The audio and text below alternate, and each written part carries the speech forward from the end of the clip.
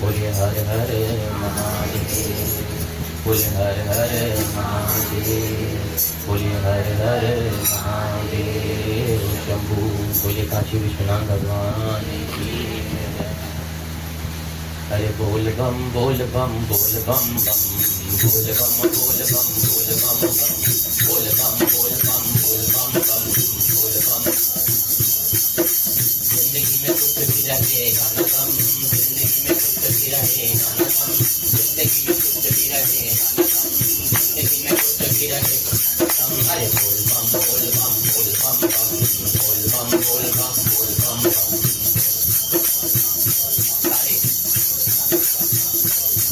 अरे बड़े दयालु बोले हैं, कष्ट भर लेते हैं, बड़े अरे बड़े दयालु बोले हैं, कष्ट भर लेते हैं, बड़े और धन और माल से भक्तों का खजाना भर देते हैं, धन और माल से भक्तों का खजाना भर देते हैं। चाहे बोलो हर हर हर, चाहे बोलो बम बम बम, चाहे बोलो बम बम बम, बोल बम बोल बम बोल बम बम, बोल बम बोल बम बोल बम बम, बोल बम बोल बम बोल बम बोल बम बम, बोल बम बोल बम बोल बम बम।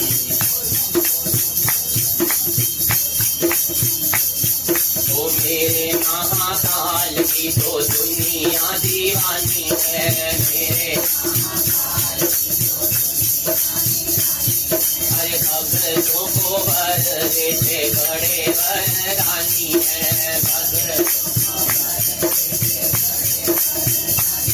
ओ बाबा महाकाल तेरे हर लेंगे गम, बाबा महाकाल तेरे हर लेंगे गम। अरे बोल बम बोल बम बोल बम बम, बोल बम बोल बम बोल बम बम,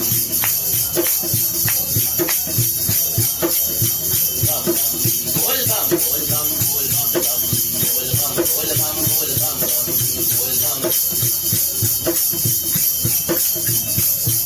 ओ दास तेरे चरणों का बाबा दीवाना है, दास तेरे चरणों का बाबा दीवाना है, बोले तेरे नाम का सहारा मुझको पाना है, बोले तेरे नाम का सहारा मुझको पाना है।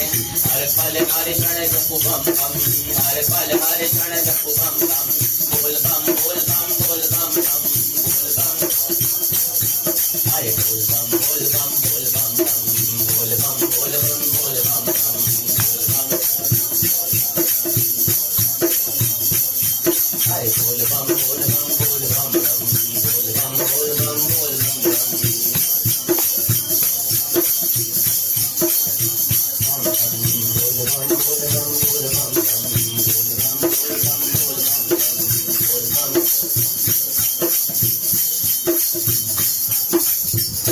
दीवाना हूँ महाकाल का, उज्जैन के सरकार का, दीवाना हूँ महाकाल का, उज्जैन के सरकार, दीवाना हूँ महाकाल का, उज्जैन के सरकार का, दीवाना हूँ।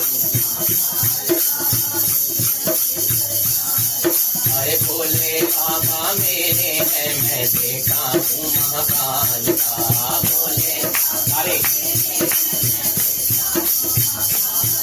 दीवाना हूँ महाकाल का, उज्जैन के सरकार का, दीवाना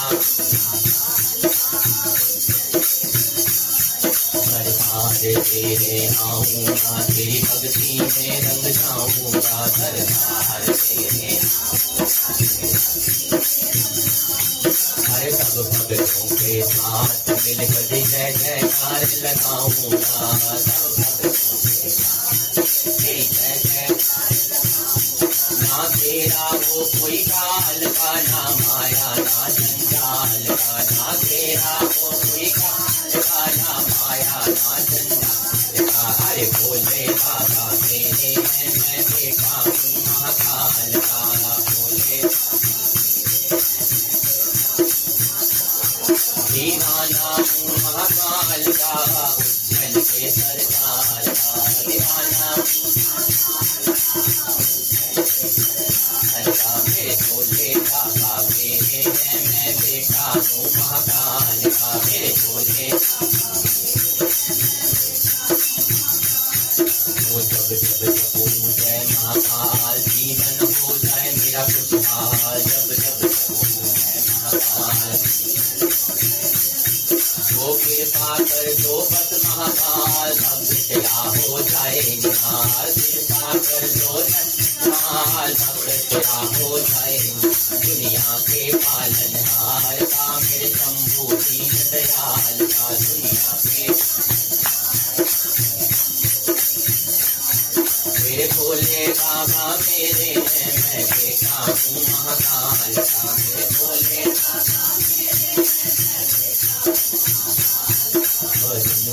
महाकाल का, उज्जैन के सरकार का। दीवाना हूँ बाबा,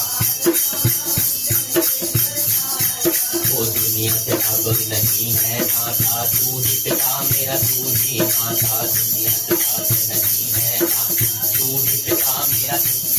तो मुझको अब नहीं और कोई भाता, भक्त तेरा महाकाल की गाथा। मुझको अब कुछ और न भाता, भक्त तेरा काल की गाथा। तो जग में मेरे मान का, तू रखता ध्यान लाल का। जग में मेरे मैं बेटा हूँ महाकाल का, मैं बेटा हूँ महाकाल का। मैं बेटा दीवाना हूँ महाकाल का, उज्जैन के सरकार का। दीवाना अरे भोले बाबा मेरे हैं, मैं बेटा हूँ महाकाल का। भोले महाकाल का, दीवाना हूँ महाकाल का, उज्जैन के सरकार का।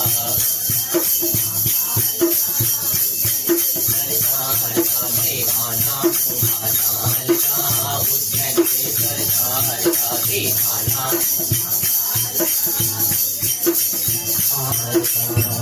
बोल महाकाल बाबा की जय। बोले हर हर महादेव। बोले काशी विश्वनाथ भगवान की जय। बोली एक अनमोल है, जो कोई जान बोले जानी। अरे बोली एक अनमोल है, जो कोई बोले जानी। ये तराजू तोल के तब मुख बाहर आनी। यदि कोई व्यक्ति सही तरीके से बोलना जानता है तो उसको उसकी वाणी का मोल पता है, और वही जानता है कि ये वाणी जो है एक अमूल्य रत्न है। कहते हैं ना, यही जुबान बिगाड़ देती है और यही जुबान सबको अपना बना देती है। यही दुश्मन खड़े कर देती है तो यही आपको सबका प्रिय बना देती है। कोई व्यक्ति ना किसी के द्वारा पराया नहीं बनता, कोई व्यक्ति किसी के द्वारा अपना नहीं बनता। वो खुद के ही द्वारा प्रेम भी पैदा करता है और नफरत भी पैदा करता है, और वो एक ही चीज है उस व्यक्ति के पास, उसकी जुबान, उसकी भाषा, उसकी बोली, उसके वचन जो मुंह से निकाल रहा है। कहते यदि कोई सही तरीके से बोलना जानता है तो उसे पता है कि उसकी वाणी एक अमूल्य रत्न है। इसलिए बोलने से पहले अपने हृदय के तराजू में उसे तोलकर तब अपने मुंह से बाहर लाना चाहिए। एकदम नहीं कुछ भी बोल दिया जाता, क्योंकि हमारी ये भाषा, हमारे वचन, हमारे बोल हमें ही बाद में पछताने पे मजबूर कर दें। हमारे शास्त्रों में कहा गया है, यत्र पिंडे तत्र ब्रह्मांडे। हमारे गुरु कहते थे उल्टा कर दो, यत्र ब्रह्मांडे तत्र पिंडे। जो आप कर रहे हो, बोल रहे हो, वो ऊपर ब्रह्मांड में इकट्ठा हो रहा है, वही लौट के आपके पास वापस आएगा। किसी को नहीं जाता, वो आपके खुद आता। अति का भला ना बोलना, अति की भली ना चुप, अति का भला ना बरसना और अति की भली ना धूप। ना अधिक बोलना अच्छा, ना जरूर से ज्यादा चुप रहना अच्छा। जैसे बहुत अधिक वर्षा भी हो जाए ना तो खराब कर देती है, और बहुत अधिक तेज धूप भी निकल आए तो भी अच्छी नहीं है। सब बैलेंस होना चाहिए। इसलिए हमेशा हमको बोलना बड़ा सोच समझ के चाहिए, क्योंकि आपने जो बोल दिया ना उसे आप वापस नहीं ला सकते। आवेश में आके, क्रोध में आके, गुस्से में आके, जलन में आके पता नहीं हम लोग क्या क्या बोल देते हैं। बाद में जब वो होता है ना तो फिर खुद पछताते हैं, अच्छा क्यों बोला, क्योंकि हमारा ही तो है। बोले शंकर भगवान। श्रावण मास के कथा को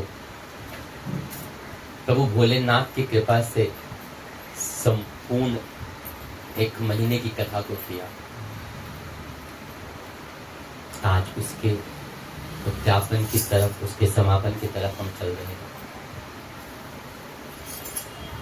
तो श्रावण मास के जो महात्म को क्यों इतना महत्व दिया जाता है, क्यों भोलेनाथ को शुरू में ही ये महीना इतना श्रावण का इतना महत्वपूर्ण माना जाता है, भोले को इतना प्रिय है,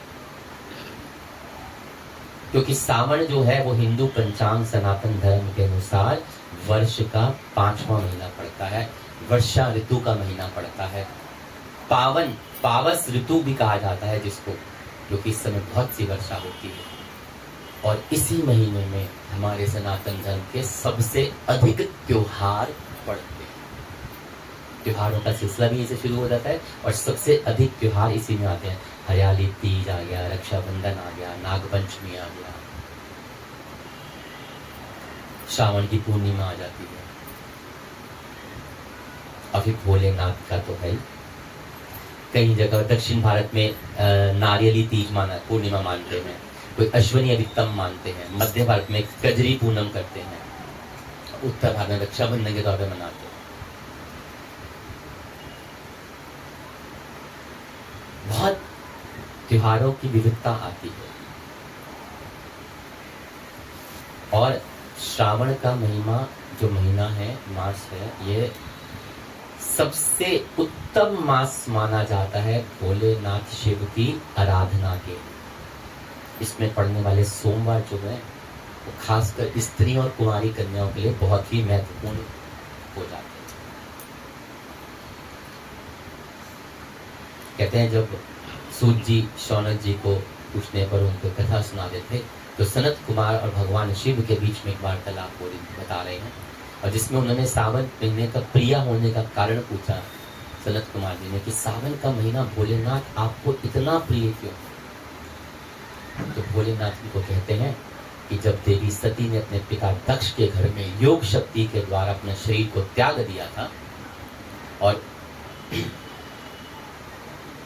उससे पहले उन्होंने देवी सती ने भोलेनाथ को फिर से पति रूप में वर्ण करने का प्रण भी कर दिया।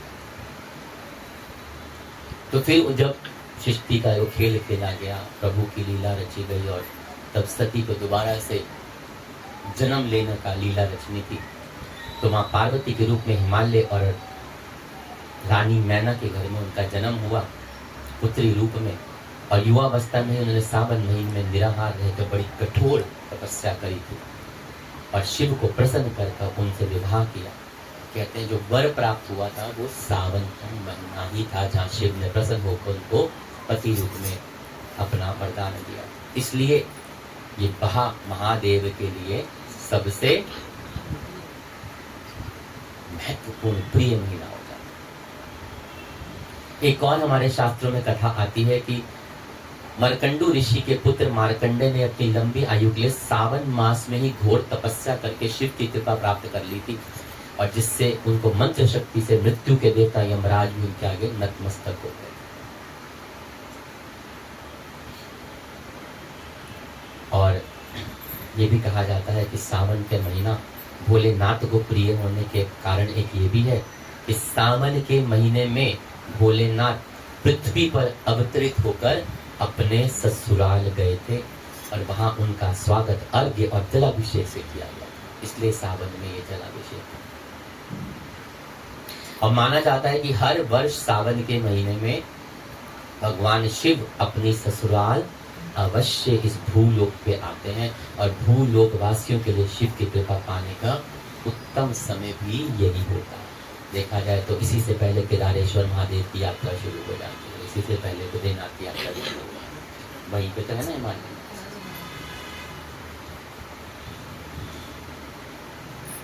पुरानी कथाओं में, हमारे शास्त्रों में भी वर्णन आता है कि सावन महीने में समुद्र का मंथन किया गया था। जब मंथन किया था रत्नों के साथ हलाहल विष भी निकला था और भगवान शंकर ने से सब, जब देवी देवता दानव सब भयभीत हो गए हलाहल विष से, तो भगवान शंकर से प्रार्थना करी तो शंकर भोलेनाथ ने उसे अपने कंठ में समाहित कर संसार सृष्टि की रक्षा की।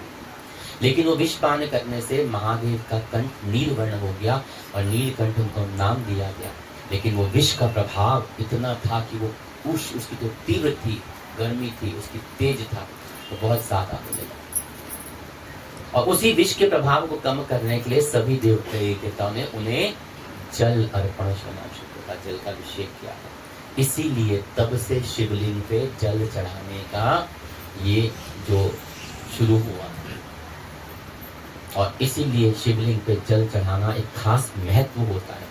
और यही वजह है कि श्रावण मास में भोलेनाथ को जल चढ़ाने से विशेष फल की प्राप्ति होती है।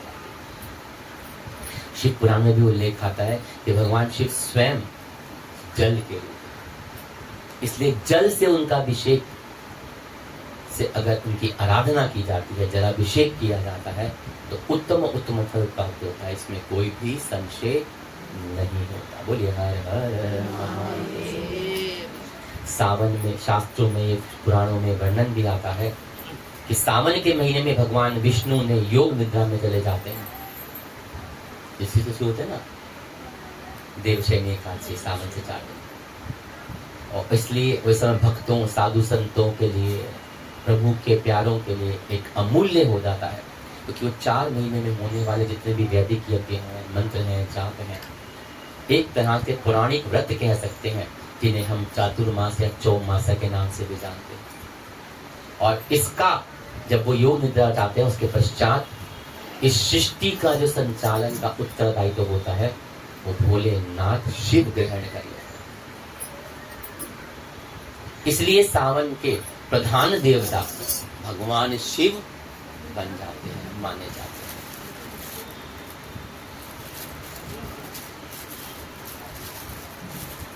बोले शंकर भगवान। सावन मास में शंकर भगवान की पूजा उनके परिवार के सदस्यों के संग करनी चाहिए।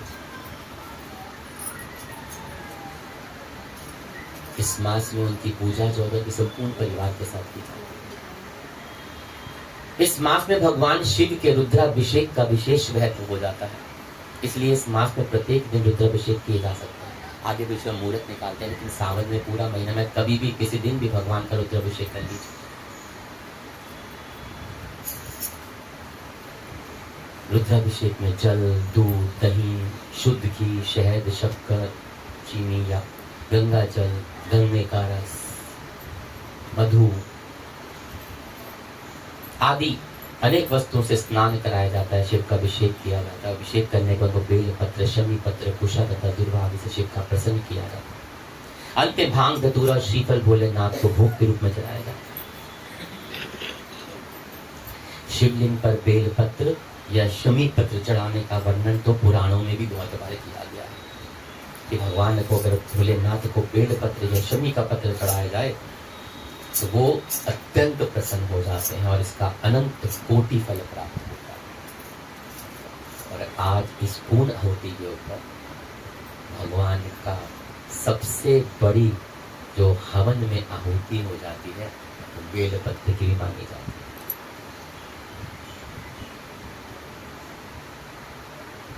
आग का फूल शिवलिंग पर चढ़ाने से सोने के दान के बराबर का फल प्राप्त होता है। 1000 आंख के फूल की अपेक्षा, कहते हैं अगर आंख का फूल भगवान के शिवलिंग पर चढ़ाया जाए तो सोने के दान जैसा फल होता है।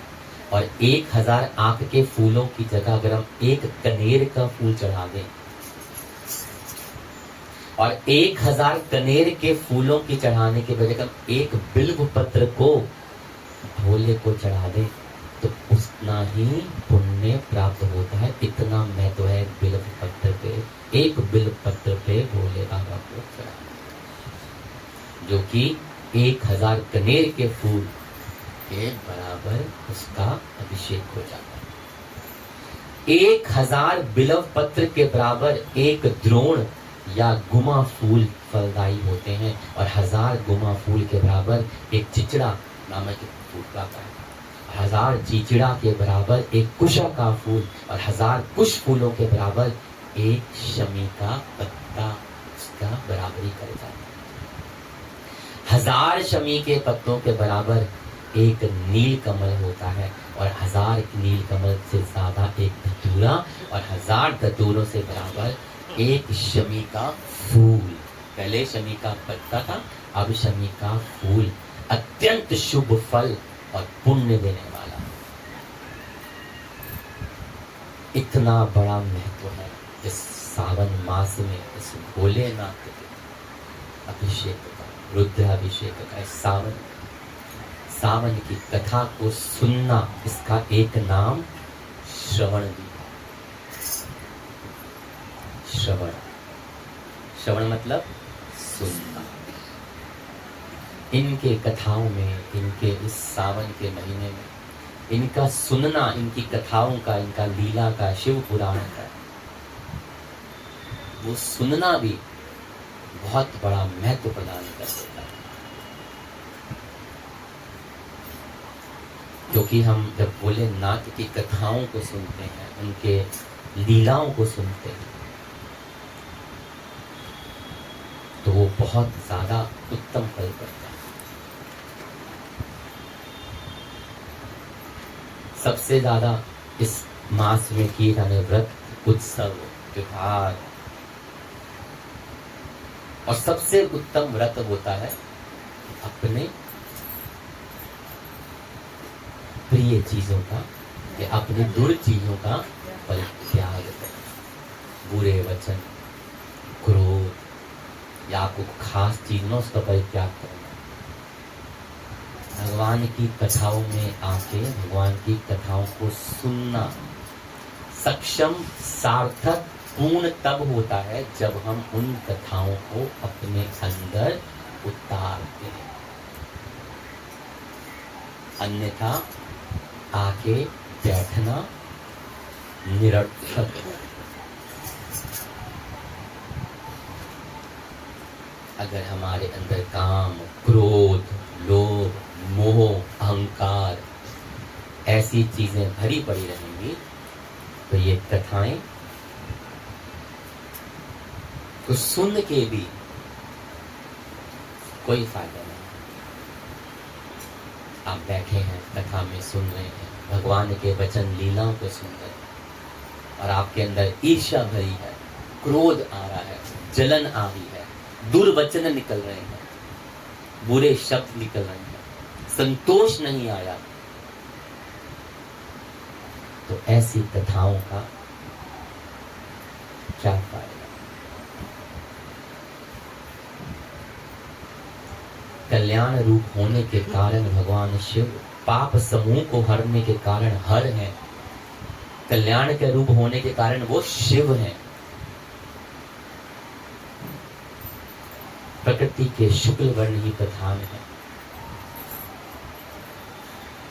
कपूर के समान गौर वर्ण है। आप भोलेनाथ देवों के देव हैं।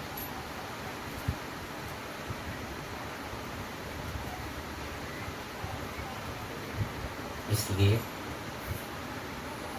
हमें उस भोलेनाथ उस रूप का करना चाहिए वर्णन जहां पे पाई शिव के पाई जंघा पर शक्ति दुर्गा स्वरूपा बैठी और दाहिनी जांघ पे उनके गणपति बैठे, नेत्रों में सूर्य हैं, हृदय में भक्तराज श्री हरि विराजमान है।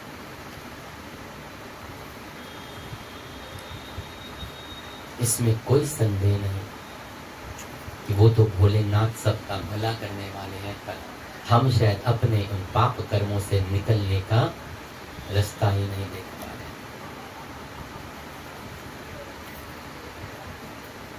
इस कथा को पूरे मास हमने सुना, उसका श्रवण किया, लेकिन अफसोस की बात हो जाएगी अगर हम उसको अपने जीवन में रत्ती मात्र भी उतार दें। ये पूरे मास को करके अगर एक भी ऐसी त्रुटि हो गई तो पूरे मास की कथा हमारी व्यर्थ हो जाएगी। शायद कुछ लोग कर भी नहीं।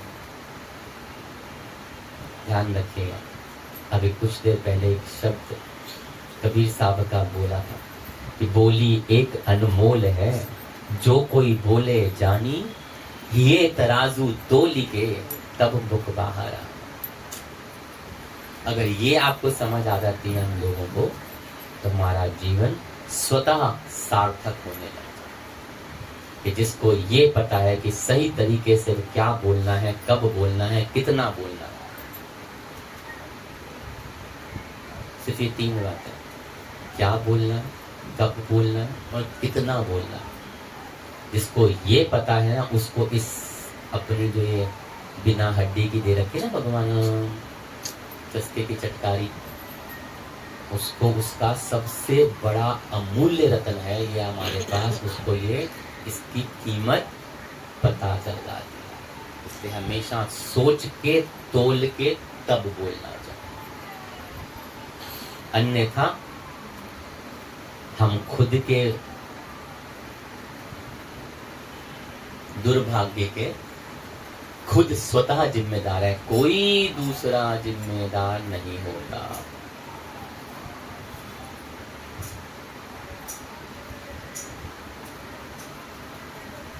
कबीर साहब का एक दोहा बड़ा अच्छा सा है कि कबीरा खड़ा बाजार में मांगे सबकी खैर, ना काहू से दोस्ती और ना काहू से बैर। पढ़ते ना स्कूल में सब लोग, इसका मतलब समझते थे कि जीवन में सब यही चाहते हैं, सबका भला हो। संसार में यदि किसी से दोस्ती नहीं हो तो दुश्मनी भी नहीं हो। क्यों? क्योंकि मैं स्वतः खुद का दोस्त भी मैं खुद हूं और खुद का दुश्मन भी मैं ही हूं। बहुत डीप, बहुत गूढ़ रहस्य होते हैं इन दोनों। मुझे खुद को बर्बाद करने वाले मैं ही होऊंगा, मुझे कोई बर्बाद नहीं कर सकता, मैं खुद नहीं चाहता। मेरी जुबान, मेरा आचरण, मेरा बर्ताव, मेरा स्वभाव। कृपा करके अपने भाइयों को शांत रखें थोड़ा सा। मोदी जी का फोन नहीं आएगा। हमारी ये जो है ना, यही सबसे बड़ी, हमारा आचरण, हमारी जुबान, हमारा बर्ताव, हमारा व्यवहार, यही हमारे मित्र है और यही हमारे दुश्मन पैदा करते हैं। लोग कहते हैं गुरुओं के पास जाके सब कुछ मिल जाता है, गुरु शरण में जाए, प्रभु की भक्ति करें। मिलता है, जरूर मिलता है। भगवान कृष्ण भी कहते हैं कि मुझको पाना है तो खुद को मिटाना पड़ेगा। खुद को मतलब वो तेरे अंदर मैं वो मैं को मिटाना पड़ेगा। यशोदा मैया ने कितने प्रेम से उनको किया था ना, लेकिन उनको बांध नहीं पाई थी। क्यों? कि मैं तेरे को आज बांधूंगी कना, तू बहुत शरारती हो गया। छोटे से बालक थे, इतनी सी कमर होती थी। कहते अनंत कोटि रस्सियां लग गई, पर वो 2 उंगली ना हमेशा छोटी पड़ जाती थी। जानते हो 2 उंगली क्या थी? वो जो मैं बोला था ना, घमंड, मैं ये कर सकती हूँ, मैं ये कर पाऊंगा, मैं ये, मेरे बिना कुछ नहीं हो सकता। एक इसी पे एक बड़ी सुंदर सी कथा आती है, समझ आ जाए तो बढ़िया, वरना हर हर महादेव।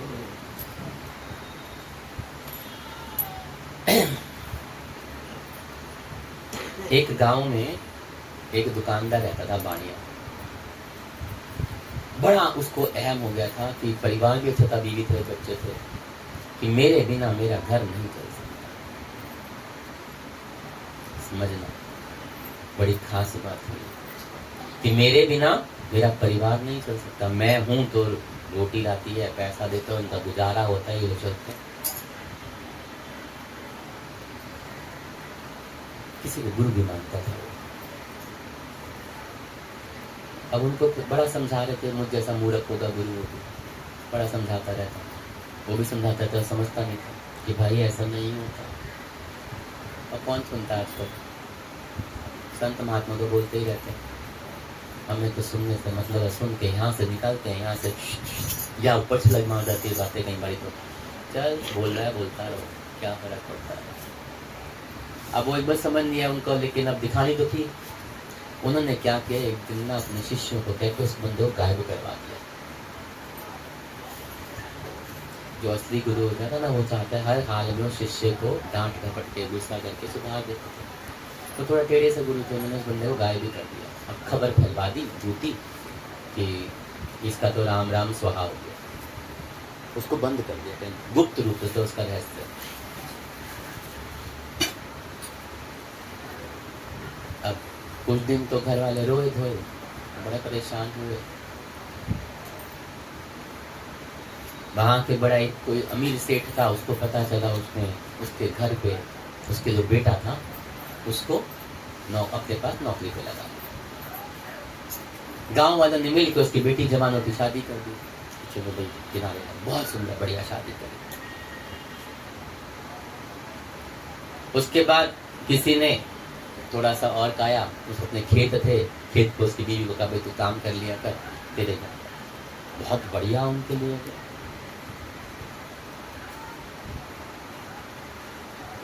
पूरा सिस्टम बाबू ने बहुत अच्छे से इंतजाम कर दिया। ऐसे में 5 7 8 महीने निकल गए होंगे, उसको छोड़ दिया।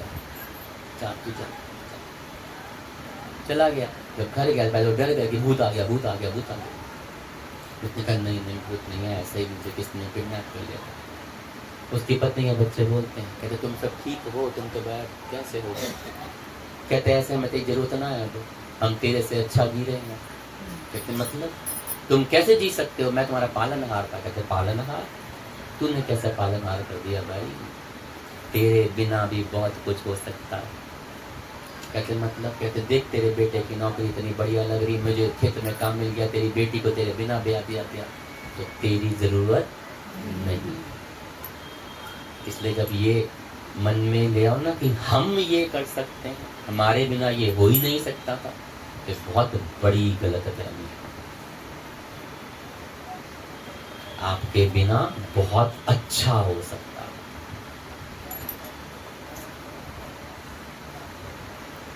कबीरा कहा गर्बियो, काल गए करके, ना जाने कहा मारिसी के घर के परदेश। हे मानव, गर्व किस बात का? काल अपने हाथ से तेरे केश जब पकड़े हैं ना, उसने बड़े सख्त से पकड़ रखे हैं। और ये ध्यान रखना, वो जो काल है ना, उसने आपको यहाँ से 24 घंटे पकड़ के रखा हुआ, 1 सेकंड के लिए छोड़ा नहीं हुआ। जितना घमंड अहम करके दिखाते हो ना, पता भी नहीं चलेगा। जब वो खींचेगा ना, तो घर में हो या परदेश, उठा के ले जाए। तो गर्व मत करना कि मैं हूं, है तो एक वो बस। बोलिए काशी विश्वनाथ भगवान की जय। बोले हर हर महादेव। भगत एक शिव का चला, शिव को मनाने को। भगत एक शिव का चला, शिव को मनाने को। भगत एक पुष्प को और एक लोटा जल चढ़ाने को। पुष्प को और एक लोटा। भगत एक शिव का चला, शिव को मनाने को। भगत एक शिव का चला, शिव को मनाने को। भगत एक शिव का चला। भगत एक शिव का चला, भगत एक शिव का चला। दो और एक लोटा जल चढ़ाने को, दो और एक लोटा जल चढ़ाने को। भगत एक शिव का चला, शिव को मनाने को। भगत एक शिव का आ गया मंदिर के अंदर से जल चढ़ाने को, आ गया मंदिर के अंदर जल चढ़ाने को। अरे हाथ के ऊपर उठाया घंटा बजाने को,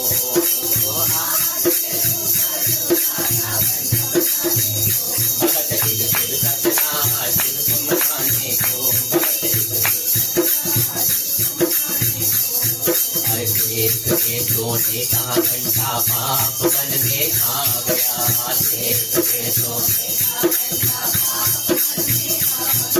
अरे हो गया तैयार वो तो घंटा चुराने को,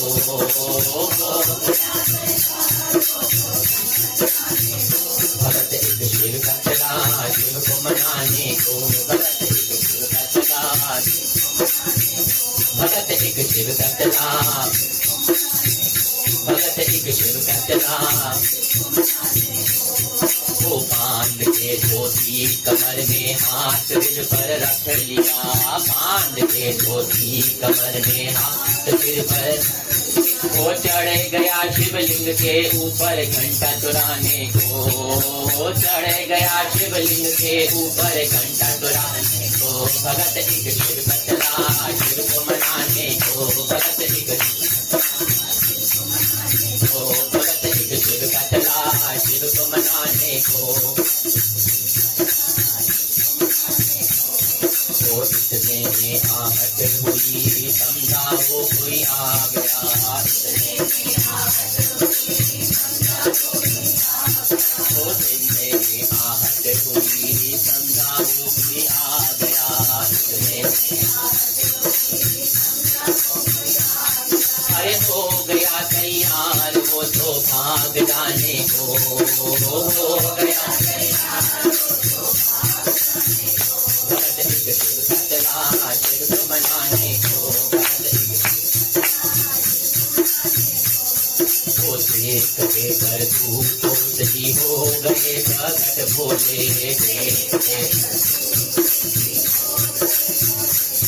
वो मांग ले भर मांग ले तू जीवन चलाने को,